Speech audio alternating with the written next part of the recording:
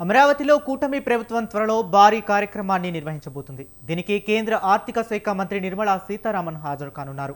ఒకే రోజు ఒకేసారి 12 బ్యాంకుల రాష్ట్ర ప్రధాన కార్యదర్శుల కార్యాలయాల నిర్మాణానికి శంకుస్థాపన చేయబోతున్నారు.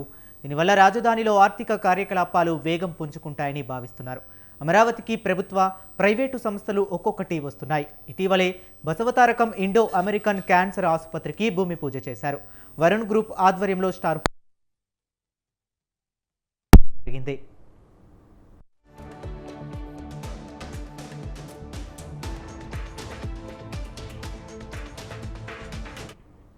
రాష్ట్రం విడిపోయిన తరువాత ఏపీకి సంబంధించి కార్యకలాపాల కోసం బ్యాంకులకు ప్రత్యేక ప్రాంగణాలు లేకుండా పోయాయి. ఇవి విజయవాడలోని ప్రాంతీయ కార్యాలయాల్లోనే పనిచేస్తున్నాయి. ఈ నేపథ్యంలో ఉద్దండరాయునిపాలెం సమీపంలోని N10 రోడ్డు వద్ద గత టీడీపీ ప్రభుత్వం వివిధ బ్యాంకులకు స్థలాలను కేటాయించింది.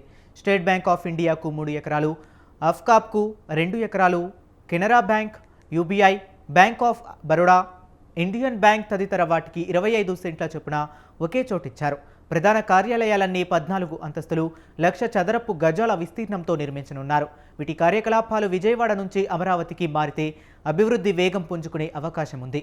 ఈ భూములను ప్రస్తుతం శుభ్రం చేసి కంచెలు వేశారు. శంకుస్థాపన అనంతరం నిర్మాణ పనులు ప్రారంభించేందుకు బ్యాంకర్లు సన్నాహాలు చేస్తున్నారు. స్టేట్ బ్యాంకుకు కేటాయించిన స్థలంలో ప్రత్యేక కార్యక్రమం ఏర్పాటు చేయనున్నారు. సభా వేదికపై నుంచే అన్ని బ్యాంకుల భవనాల నిర్మాణాలకు ఒకేసారి శంకుస్థాపన చేస్తారు. దీనికి కేంద్ర ఆర్థిక శాఖ మంత్రి నిర్మలా సీతారామన్, ఆర్బీఐ గవర్నర్, ఆయా బ్యాంకుల ఉన్నతాధికారులు హాజరు కానున్నారు.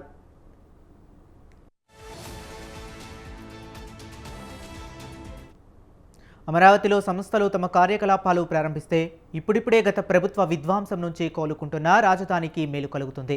ఆయా సంస్థల్లో పనిచేసే ఉద్యోగుల రాకతో ఆవాసాలు పెరుగుతాయి. ప్రత్యక్ష, పరోక్ష ఉపాధి అవకాశాలు కూడా మెరుగవుతాయి.